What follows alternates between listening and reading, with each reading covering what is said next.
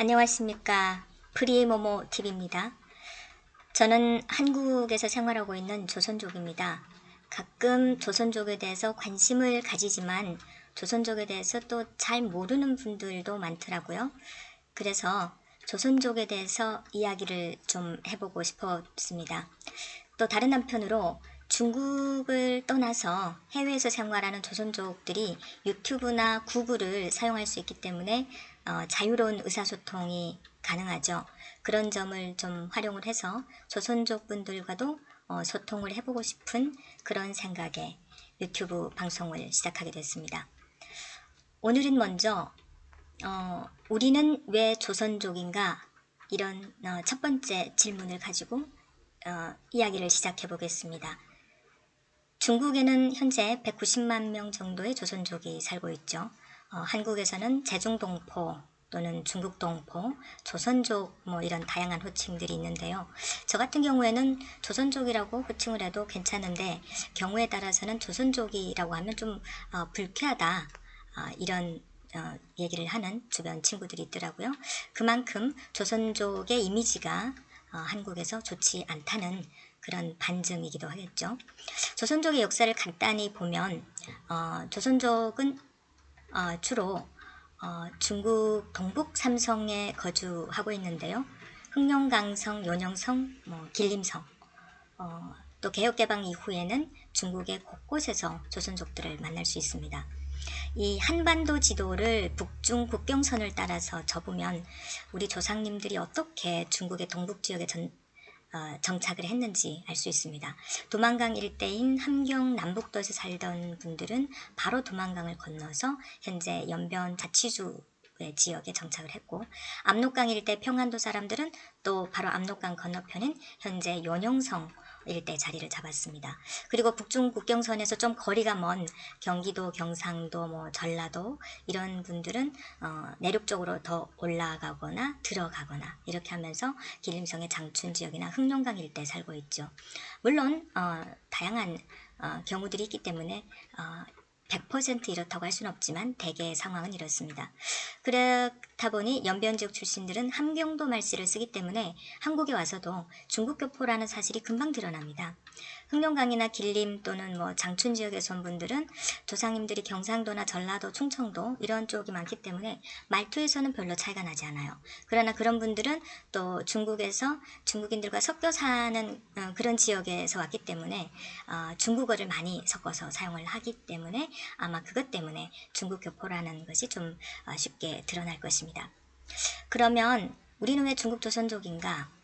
쉽게 말해서 중국에서 태어나서 중국 국적을 부여받았기 때문에, 또 중국에서 중국 공산당의 일당 체제 아래에서 살았기 때문에 그런 교육을 받았고 그런 어떤 사회주의적 의식 형태를 갖고 있죠.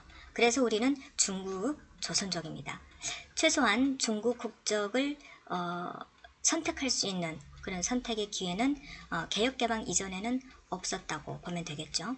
1949년 중국이 공산당에 의해서 전 국토가 해방된 이후에는 중국에서 태어난 세대에게는 국적의 선택 여지가 거의 없었습니다. 간혹 중국에는 북한 국적을 가지고 있는 조교라는 신분의 사람들이 있는데 이분들은 아마 지금까지도 북한 정부의 관리를 받고 있는 걸로 알고 있습니다.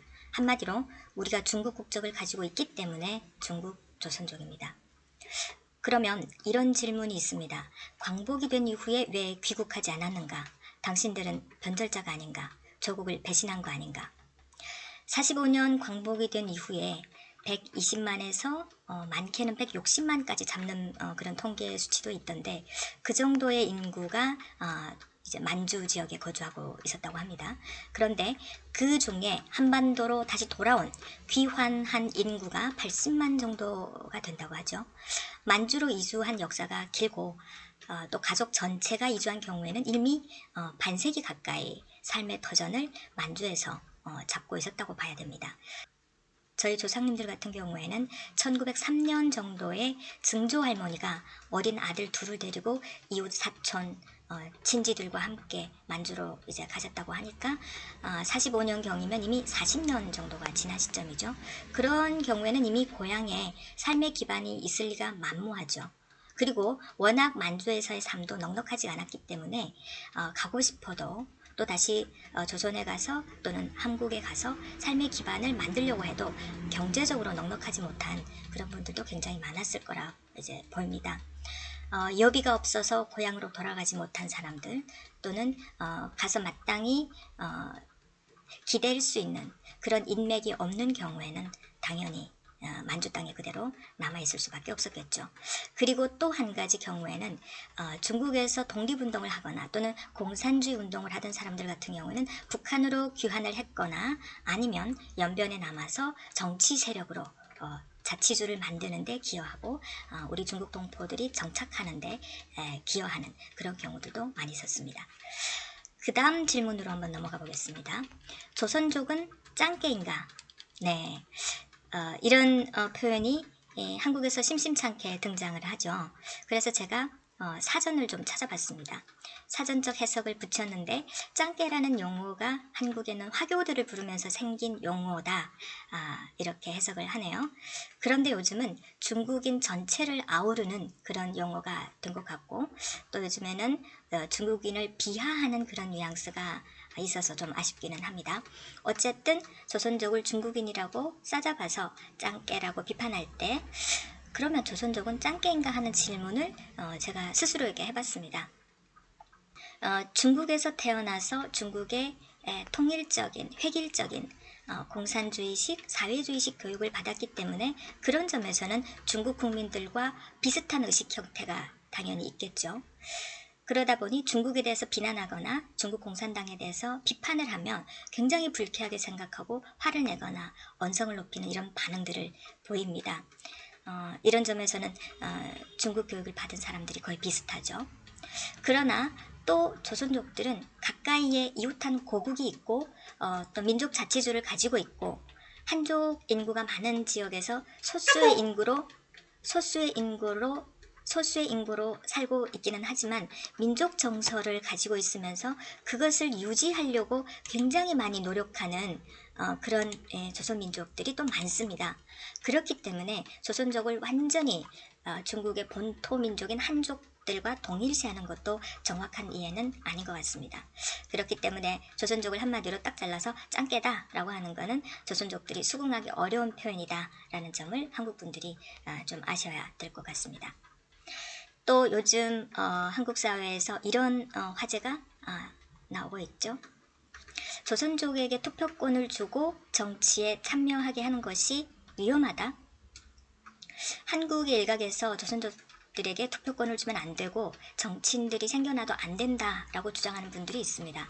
이분들의 우려는 조선족에게 투표권을 주면 중국에 유리한 선택을 할 것이고 한국의 국익에 맞는 정치적인 선택을 하지 않을 것이라는 그런 생각이 깔려 있는 것 같습니다.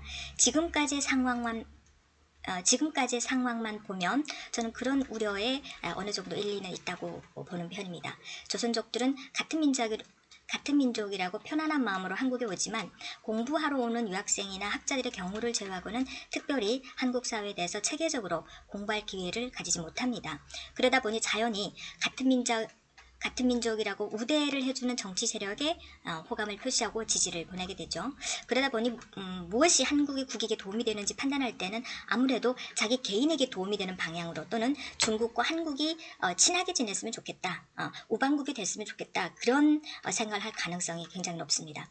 그러나 조선족들이 또 간과하는 것이 있는데 그것은 바로 대한민국은 한미동맹에 기반해서 자유주의 국가들과 친선관계를 만들면서 나라를 건설하고 발전시켜 왔다는 역사적인 사실입니다. 한국이 중국과 친하면 당연히 좋겠지만 중국을 전체주의 독재국가로 보고 있는 또 많은 한국 국민들이 느꼈을 때 친중은 경제적인 측면에서 필요한 것일지 모르지만 한미관계를 파괴하고 한중관계에만 올인한다는 것은 다소 불안하고 위험한 것이라고 생각한다는 점을 우리는 생각해 볼 필요가 있죠.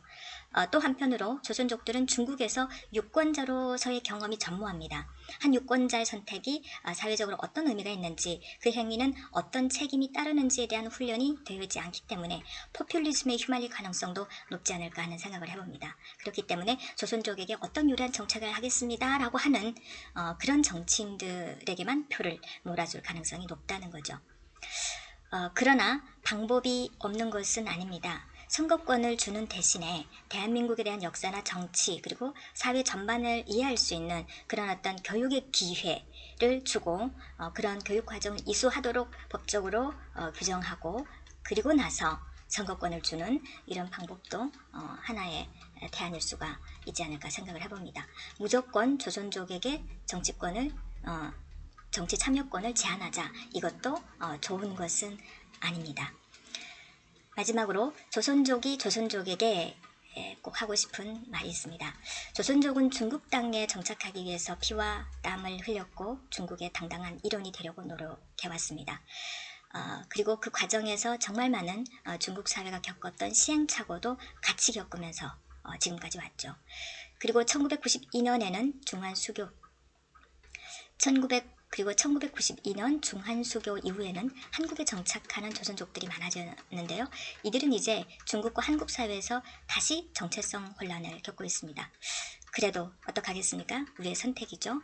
한국에 찾아왔으니 더 잘 살아보려고 찾아왔기 때문에 앞으로도 한국 사회에서 법과 질서를 잘 지키고 또 한국 사회의 분위기를 존중하고 적응하려고 하는 노력을 더 해야 될 것 같습니다. 우리가 한국 정부에 또는 한국 국민들에게 조선족을 이해하세요, 받아들이세요 라고 요구하기 전에 우리가 먼저 겸손한 태도로 또는 받아주어서 감사합니다 라는 감사한 마음을 가지고 한국 사회를 알아가고 한국 사회가 이루어 놓은 부와 선진 문화를 배워가려는 노력을 선행한다면 한국에서도 인정받고 또 한국에서도 환영을 받는 그런 조선족이 되지 않을까 생각합니다. 오늘 첫 방송은 여기서 줄이겠습니다. 감사합니다.